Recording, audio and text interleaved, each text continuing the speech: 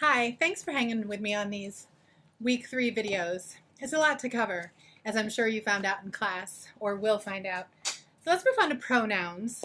A pronoun replaces a noun in order to avoid repetition. So here's your noun, and if I were telling a story about Ellie the dog, and I said, Ellie is in the room with me, Ellie was barking at the cars, and Ellie is prancing about anxiously because Ellie, and I never replaced it with she, then it would sound very repetitive, right? And so you can have some fun with that and take any paragraph out of a book and identify the pronouns and then use the noun that the character is and just put that name everywhere, and you'll see and hear the repetition. So here's the noun, Ellie, and I would replace it with she. Okay, so the pronoun comes in, bops out the noun, and saves the day in order to avoid repetition. So let's do that definition a few times. Here's your noun. A pronoun replaces a noun in order to avoid repetition. One more time. Here's your noun. The pronoun replaces a noun in order to avoid repetition. And now we're going to go over our pronouns list. So some of the pronouns are obviously going to be replacing nominative subjects, and they become subject pronouns when we label them and we start our diagramming. They replace the subject nouns. Okay, and in nominative form, I want to show you something on your chart page. A lot of times people don't really look at this line right here, these boxes, what words are in italics, because those are still on the other page. And if all you're doing is copying the words in your chart that are blank, then you might miss it until your third year. So I want to give you this heads up now. If you look, it shows you nominative pronouns are used as subjects and to replace in the predicate nominative form. So all of these italics are going to show you the parts of a sentence and where you would use those in that list or find them. It's going to be really beneficial to look at that while you're parsing out your sentences this year when it comes to pronouns. So for nominative pronouns, let's sing them to a tune. It's kind of annoying, but it's annoying on purpose, right? Nominative pronouns, I, you, he, she, it, we, you, they. And at the bottom, it has an example and it says test. So if you put will, and they use go, let's use sing. Okay? You can replace it with all of those. I will sing, you will sing, he will sing, she will sing, they will sing, we will sing, you will sing, okay? Or just you will sing. Any of those can be replaced. So I, you, he, she, it, we, you, they. Nominative pronouns, I, you, he, she, it, we, you, they. All right. Good job. Now, and when we go down through that list, we're going through first person singular, second person singular, third person singular, first person plural, second person plural, third person plural. And in the third person singular, there's 3 boxes in that because some are masculine, he, some are feminine, she, some are neuter, it. Okay, so that explains that column. Let's move on to objective pronouns. Objects, I wouldn't say, give I that piece of cake. I would say, give me that piece of cake. So you'll see that they're used as direct objects. Okay, they're used as objects of prepositions, and they're used as indirect objects. I just use it as an indirect object. Okay, you can come up with other ways to use them, or look at whenever you're parsing a sentence, if you had Sadie sang the song, if you said it, then you would be replacing, and that would be the direct object.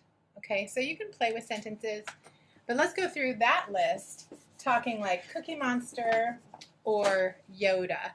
Okay, they would say me, you, him, her, it, us, you, them. And Yoda has a tendency to misuse objective pronouns because he puts them in the subject. So if you play with that a little bit, same with Cookie Monster, you can see when it's appropriate and when it's not. Okay? Now, possessive pronouns. We talked about possessive nouns. Possessive pronouns are used as a subject. Okay, they're used as a predicate adjective, a direct object, or an object of a preposition. It is mine. The dog is mine. Okay, so if I'm using it as the object, then mine, yours, his, hers, ours, yours, theirs. And you have a test at the bottom. The car is mine, or he drove mine. Okay, I drove his car, he drove mine. So that's an object that you're talking about. Now, I like to tell people if they take an object and then they're describing it with a pronoun, that's the next list. My picture, his picture, her picture, your picture, their picture. Okay? So if you're able to describe it using a pronoun, then it's a possessive pronoun adjective. So those two lists you can differentiate by saying mine book. No, that doesn't make sense. It is mine. My book. So put a noun in there when you're testing those lists, and as you memorize them and play with them, they'll make sense. And then reflexive pronouns. I'm going to teach you a little song for this. And we're going to move our reflexes, okay? Reflexive pronouns, myself, yourself, himself, herself, itself, ourselves, yourselves, themselves. Do it one more time. Reflexive pronouns, myself, yourself, himself, herself, itself, ourselves, yourselves, themselves. Okay, so if you said, I saw myself in the reflection, he saw himself, she saw herself.